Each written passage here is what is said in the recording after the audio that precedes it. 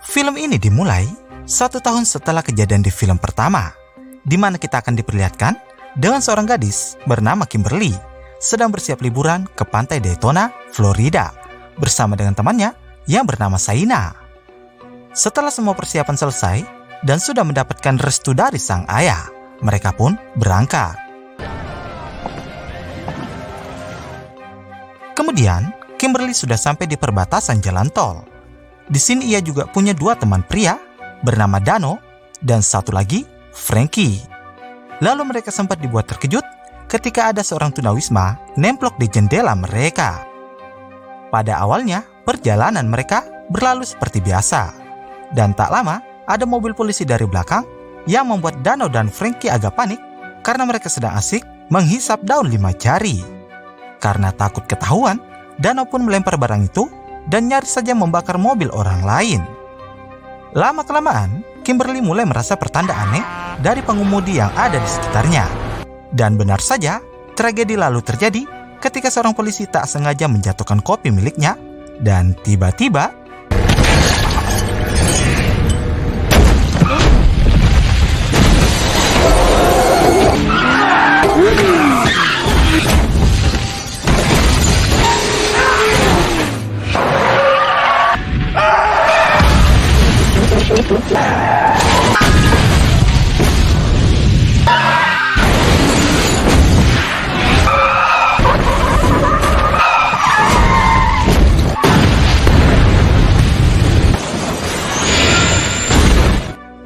sebuah kecelakaan hebat langsung terjadi dan menimpa semua pengendara yang sedang melintas. Bahkan, hampir semua korban kecelakaan itu mati dalam keadaan mengerikan. Termaksud dengan mobil Kimberly dan kawan-kawan yang tak luput dalam insiden, yang kemudian membuat mobil mereka terbalik. Alhasil, Kimberly dan kawan-kawan yang sudah terluka parah tak bisa berbuat apa-apa. Bahkan Kimberly sempat melihat salah satu korban yang mencoba selamatkan hidupnya. Namun naas, mobil tronton menghantam mobilnya yang kemudian melaju ke arah mobil Kimberly. Dan tiba-tiba rupanya kejadian itu hanya halusinasi Kimberly yang seketika sadar di saat ada gelandangan yang mengejutkan mereka. Dari sini Kimberly mulai merasa aneh dan mengira kalau kejadian itu memang bakal terjadi ke mereka. Dalam keadaan panik, ia mencoba meyakinkan teman-temannya. Tentu mereka mengira kalau Kimberly ini sedang mimpi dan tak percaya perkataannya. Karena tak ada pilihan lain, akhirnya Kimi menjalankan mobilnya dan menghadang mobil lain supaya mereka semua selamat dari kecelakaan itu. Tak lama, seorang polisi bernama Thomas yang juga berada di sana datang menghampiri Kimi untuk menanyakan apa yang sedang ia lakukan. Kimi mencoba menjelaskan jika akan terjadi kecelakaan yang akan menimpa mereka. Sementara itu, beberapa pengendara sudah tak sabar dan menyuruh Kimi untuk segera pergi dari sana. Di antaranya, ada seorang pemuda bernama Evan Lewis, seorang ibu tunggal bernama Nora Carpenter, dan anaknya bernama Tim, seorang pengusaha bernama Kate Jennings, seorang pemuda bernama Rory Peters, ada wanita hamil bernama Isabella Hudson, dan seorang guru bernama Eugene Dix. Tak berapa lama, Kimi melihat truk yang ada di dalam imajinasinya. Dan tiba-tiba tentu saja, kejadian itu membuat teman-teman Kimi bingung dan merasa jika ada yang aneh dengan Kimi. Namun naasnya,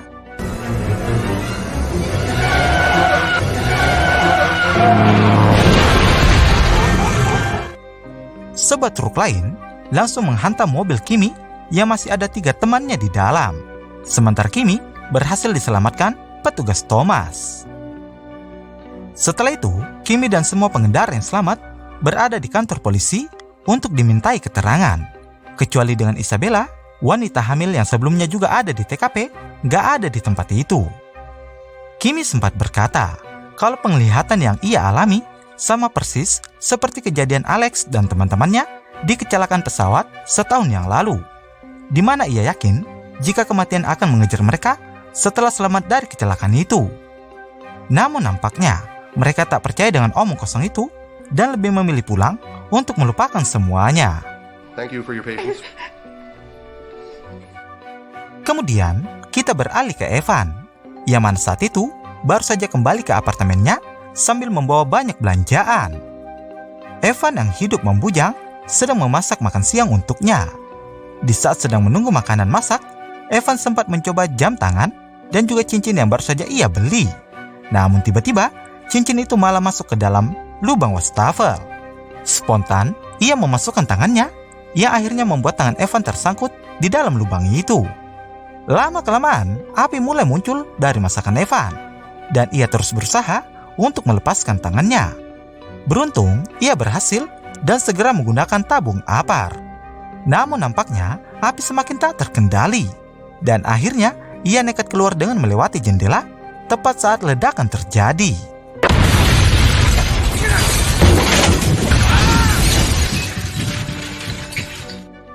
Evan yang baru saja ingin pergi, tak sadar jika menginjak spaghetti dan ia terjatuh. Bahkan sebuah tangga nyaris menimpa dirinya. Namun kemudian, di hari berikutnya, orang-orang yang selamat dari kecelakaan melihat berita tentang kematian Evan. Dan dari sini, mereka mulai sedikit percaya dengan rancangan kematian yang sebelumnya dikatakan oleh Kimi. Pada tengah malam, Kimi terbangun dan terus saja memikirkan tentang rancangan kematian. Ia lalu membuka kasus Alex dan melihat berita tentang Claire, satu-satunya orang yang selamat di film pertama dan sekarang tinggal di sebuah pengasingan karena merasa trauma dengan dunia luar. Tak ingin membuang waktu, Kimi pun segera mendatangi Claire untuk mencari cara bagaimana mencurangi rancangan kematian yang sedang ia hadapi. Di sini, Claire mengatakan jika rancangan kematian akan terjadi sesuai urutan mereka mati dalam kecelakaan itu. Tapi, karena sebelumnya Thomas sudah menyelamatkan Kimi, itu artinya kalau Kimi akan menjadi orang terakhir yang ada dalam daftar kematian. Kimi memohon supaya Claire membantunya untuk mengalahkan kematian itu. Namun Claire malah berkata kalau ia tidak bisa dan menyuruh Kimi untuk menyelamatkan dirinya sendiri dan tak usah pedulikan orang lain. Tentu jawaban itu membuat Kimi kecewa dan ia pun pergi sambil mengatakan kalau Claire adalah pengecut. Setibanya di rumah, Kimi bertemu dengan Thomas yang mengajaknya untuk membahas masalah tersebut bersama dengan korban-korban lainnya. Tiba-tiba, Kimi mendapatkan pertanda berupa puluhan burung merpati. Ia pun meyakini kalau merpati itu akan menyerang Nora dan tim yang merupakan urutan selanjutnya dari rancangan kematian. Di sisi lain, Claire terus terngiang-ngiang dengan perkataan Kimi, dan akhirnya ia memutuskan keluar dari tempat itu untuk membantu Kimi. Beralih ke Nora dan tim yang berada di klinik gigi untuk pemeriksaan rutin mereka. Saat tim sedang diperiksa, burung merpati pun bermunculan seakan-akan ingin menyerang ke arah tim. Ketika akan pergi dari sana, Nora dan tim bertemu dengan Kimi yang langsung berteriak agar menjauhi burung merpati itu. Namun tim malah mendekat dan tiba-tiba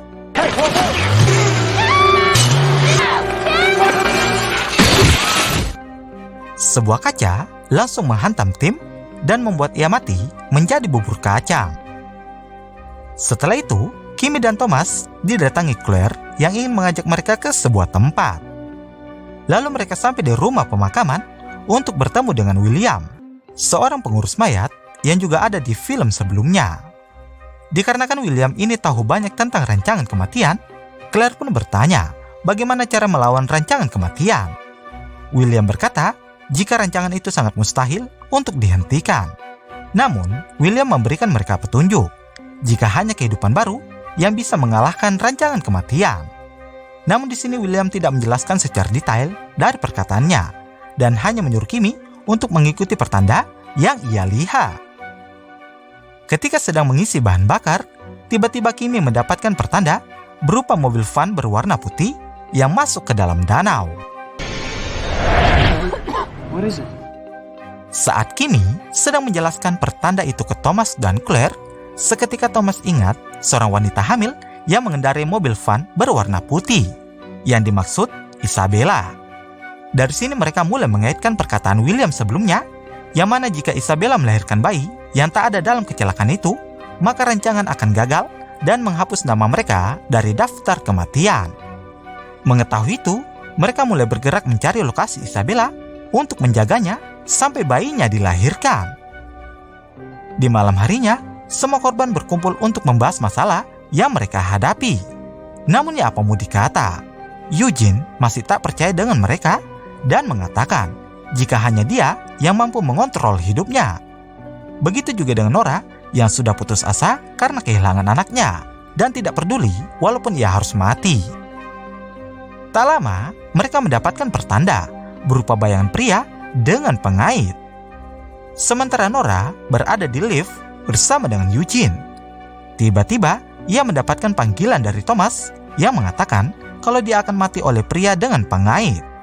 Benar saja, tiba-tiba rambut Nora terjepit ke pengait milik seorang pria tua. Tentu saja ia panik dan kemudian membuat kepalanya terjepit di lift. Akhirnya, Nora pun mati di saat itu juga.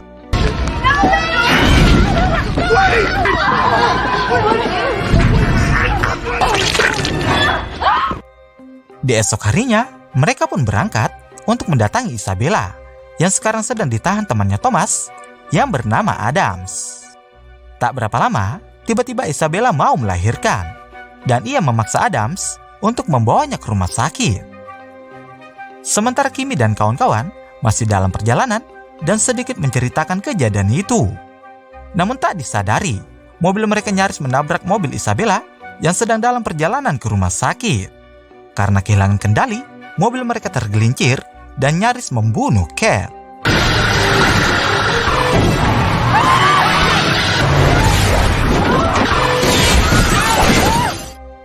Adams sempat ingin menolong mereka, namun ia ditahan Isabella yang sudah tidak tahan dengan rasa sakitnya. Kemudian Kimmy dan kawan-kawan berusaha menyelamatkan Eugene yang sudah terluka. Sementara Kate tidak bisa keluar dari mobil karena batang pohon menghalanginya. Tak lama para petugas medis mulai berdatangan untuk menolong mereka. Dan di sini, Rory sempat menyelamatkan seorang anak yang nyaris tertabrak. Lalu, Kate mulai ditolong tim penyelamat untuk keluar dari mobil. Dan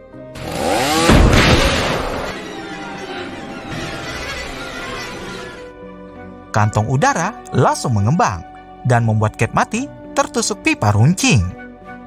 Di saat bersamaan, rokok yang dipegang Kate terjatuh dan menyambar bahan bakar di sekitar sana. Dan tiba-tiba, ledakan itu membuat kawat berduri terbang dan membunuh Rory di saat itu juga. Setelah itu, Kimmy, Claire, dan Thomas bergegas ke rumah sakit. Namun di tengah perjalanan, lagi-lagi Kimmy mendapatkan pertanda berupa seorang dokter bernama Kalarchian yang sedang berusaha membunuhnya. Di sini Kimmy yakin kalau dokter itu berniat membunuh Isabella dan anak yang akan dilahirkan. Kemudian sampailah mereka di rumah sakit. Dan di sana mereka pun berpencar, di mana Claire pergi mencari Eugene, sementara Kimmy dan Thomas mencari Isabella. Lalu Kimmy dan Thomas senang ketika tahu kalau Isabella berhasil melahirkan anaknya tanpa halangan apapun. Namun tak lama, Kimmy kembali lagi mendapatkan pertanda yang mengungkapkan kalau ternyata Isabella ini tidak termaksud dalam daftar kecelakaan itu. Dalam artian, jika kelahiran anak Isabella tak berpengaruh apa-apa terhadap kehidupan mereka. Setelah itu mereka mendatangi kamar Eugene. Namun tanpa disadari, ternyata ada kebocoran oksigen di dalam sana. Dan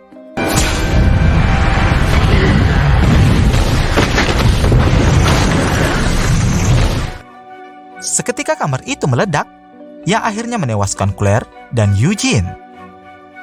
Kejadian itu langsung menyadarkan Kimmy jika pertanda yang sebelumnya ia terima itu untuk dirinya, bukan untuk Isabella. Lalu, Kimmy memutuskan untuk menjemput kematiannya. Ia pun mengambil ambulans berwarna putih untuk dikemudikan masuk ke dalam danau.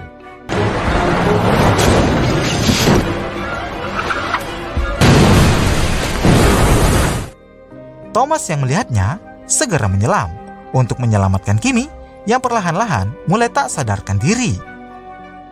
Namun pada akhirnya, Kimmy berhasil ditolong Dr. Kalarchian. Di sini Thomas mengatakan, jika sebelumnya Kimi sempat mati beberapa waktu dan dia berhasil hidup kembali. Itu artinya kehidupan baru Kimi telah berhasil mengalahkan rancangan kematian. Film pun ditutup dengan Thomas, Kimi, dan ayahnya sedang makan bersama keluarga remaja yang sebelumnya diselamatkan Rory. Namun kemudian rancangan kematian tetap berlanjut untuk membunuh remaja itu. Dan film pun berakhir.